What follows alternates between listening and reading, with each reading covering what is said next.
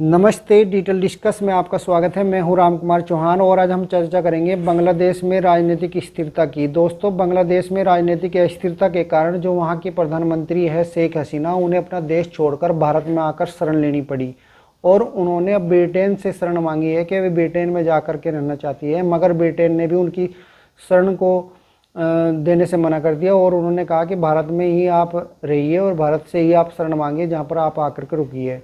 तो क्या कारण रहे कि ब्रिटेन जैसा देश भी आज उन्हें शरण देने से मना कर रहा, और क्या कारण रहे कि उनके देश के लोगों ने उनके घर पर चढ़ाई कर दी और उन्हें देश छोड़ना पड़ा, और उनकी जो आर्मी है उन्होंने उन्हें देश से निकालने के लिए जो है वो मतलब कि कह दिया।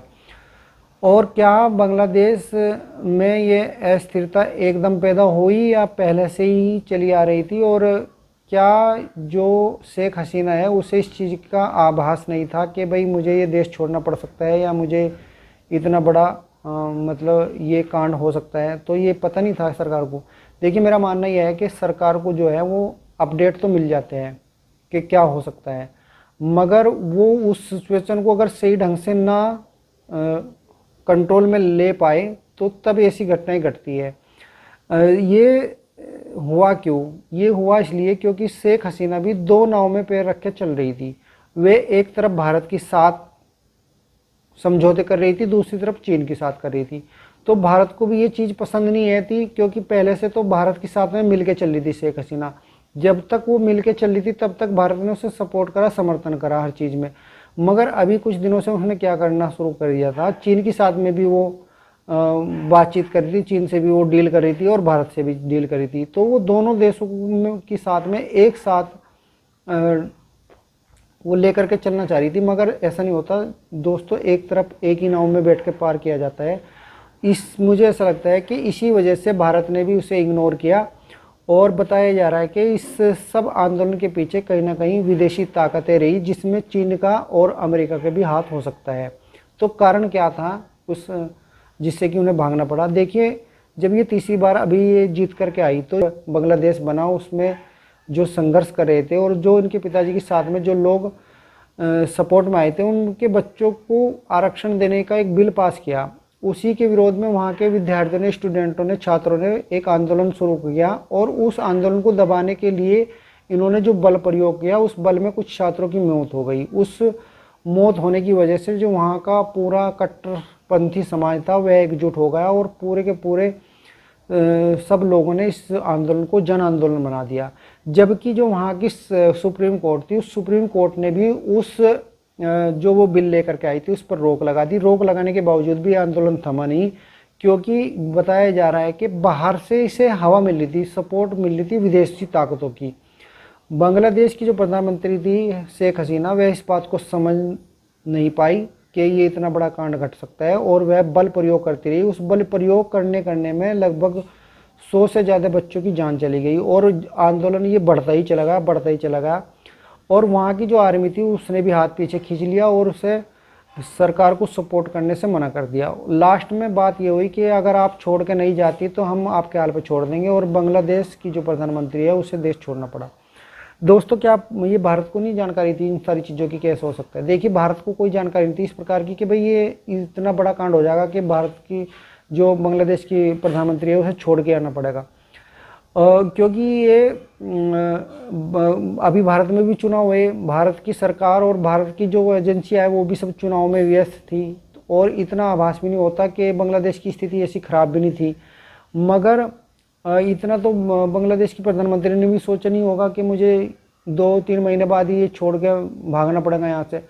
पर इतनी फास्ट सब कुछ हुआ, अगर वो चाहती तो उसे कंट्रोल कर सकती थी। क्योंकि जब कोई भी देश के प्रधानमंत्री अपने हिसाब से उस देश की नीति डिसाइड करने लगते हैं, तो जो विदेशी ताकतें होती है, जो देश उनसे बड़े होते हैं, वो सोचते हैं कि वो मेरे हिसाब से क्यों नहीं चल रही, तो वो कहीं ना कहीं नाराज़ हो जाते हैं, और नाराज़ हो जाते हैं तो वो अस्थिरता पैदा करना चाहते हैं उस देश के अंदर।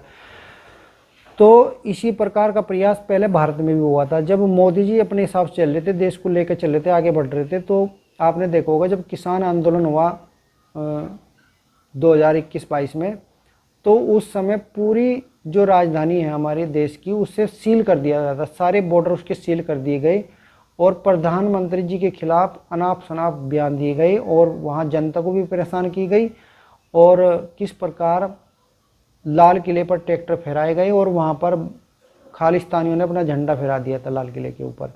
वो सब आपने मंजर देखा ही होगा। उसके बावजूद भी प्रधानमंत्री ने कोई बयानबाजी नहीं करी और किसी की भावना को हाथ नहीं किया। उसके बावजूद भी आंदोलन थमने का नाम नहीं ले रहा था। और जब प्रधानमंत्री जी ने जिस बात को लेकर के आंदोलन कर दिया भारत में, जो कानून था कृषि कानून, उस कानून को वापस ले लिया, उसके बावजूद भी आंदोलनकारी जो है वो आंदोलन समाप्त करने के मूड में नहीं थे।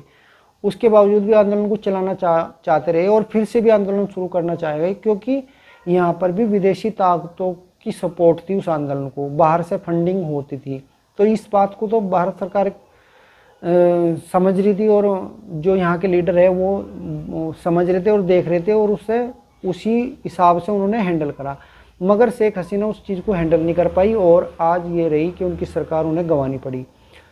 तो दोस्तों कहीं ना कहीं भारत की कूटनीति की भी इसमें मुझे लगे इसमें त्रुटि है, एक तरह से मात है, हमारी भी एक हार मैं मानता हूँ। क्योंकि अब जो सरकार वहाँ पर बनेगी वो कट्टरपंथियों की सरकार बनेगी या वहाँ की जो मिलिट्री है वो उस सरकार को चलाएगी। और वहाँ की मिलिट्री या कट्टरपंथियों की जो सरकार है वो कहीं ना कहीं ISIS पाकिस्तान के संपर्क में है और चीन के संपर्क में है, वो उन्हीं के करीबी है। तो वहाँ जो प्रोजेक्ट चल रहे भारत के उन्हें भी कहीं ना कहीं हो सकता है आने वाले टाइम में नुकसान हुए। और जो वहाँ हिंदू समाज रहता है पाकिस्तान में, उन्हें भी बहुत बड़ी क्षति होने की संभावना है। वहाँ के मंदिरों को तोड़ा जा रहा है, अभी कुछ वीडियो उस प्रकार की उससे आ रही है और उस तरह के फ़ोटो आ रहे हैं कि हिंदुओं के घरों को जलाया जा रहा है। तो ये एक बहुत बड़ी क्षति होगी भारत के लिए भी। तो दोस्तों फिर भी भारत ने मित्रता, उससे पुरानी मित्रता निभाई और उसे अपने देश में सुरक्षित निकाल के बांग्लादेश से अपने देश में रहने के लिए मतलब अभी स्थान दिया। तो ये एक पुरानी मित्रता की वजह से समझ लीजिए आप, या फिर जो भारत की संस्कृति है कि वे कोई भी शरणागत अगर हमारी आते हैं तो उसकी शरण की जो सुरक्षा की वो होती है वो उसकी जिम्मेदारी होती है, जो हमारा संस्कार है उसके हिसाब से आप समझ लीजिए। जिस प्रकार कश्मीर के अंदर आतंकवाद को पाकिस्तान फैला रहा है, तो हो सकता है भविष्य में बांग्लादेश से भी हमें सीमा पर आतंकवादी जो घटनाएं हैं वो घटित होती हुई नज़र आए।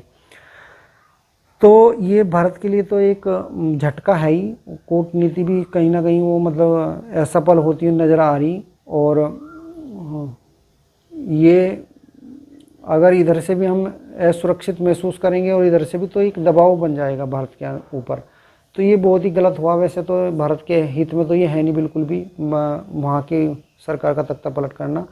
और अब क्या हो सकता है, क्या कर सकते हैं सरकार के लोग, तो मेरे हिसाब से तो भारत को वहाँ पर आर्मी भेज करके बांग्लादेश में जो वहाँ की स्थिति है उस पर वहाँ की आर्मी के साथ मिलकर नियंत्रण करना चाहिए। तो सबसे पहला काम तो यह है कि वहाँ की आर्मी से बात करके यहाँ की आर्मी वहाँ जाए और देश में स्थिरता पैदा लाए। और वहाँ अगर वो सपोर्ट नहीं करते शेख हसीना की सरकार को, तो वहाँ एक नई सरकार बना दी जाए, उस सरकार से भारत सरकार के भी संपर्क हो, तो तब तो ये सुधार हो सकता है। वरना ये भारत के हित में नहीं होगा और वहाँ कट्टरपंथी जैसे बढ़ेंगे तो वहाँ पर आतंकवादी गतिविधियाँ भी बढ़ेंगी। और नहीं तो मेरे हिसाब से तो पूरा का पूरा बांग्लादेश को एक राज्य के रूप में मान के उसका संरक्षण करें सरकार, वहाँ अपनी आर्मी भेज करके वहाँ अपनी सरकार बनाए या राष्ट्रपति शासन लगाए। ऐसा भी हम कर सकते हैं अगर वहाँ के लोग चाहे तो। दोस्तों आप क्या समझते हो? अगर ऐसा हो सकता है तो अच्छा ही हो जाएगा। आप भी हमें कमेंट में लिख करके बता सकते हो। अगर वीडियो पसंद आई तो हमारे चैनल को सब्सक्राइब कर लीजिए, वीडियो को लाइक शेयर जरूर कर देना। अगली वीडियो में फिर मिलेंगे। नमस्ते।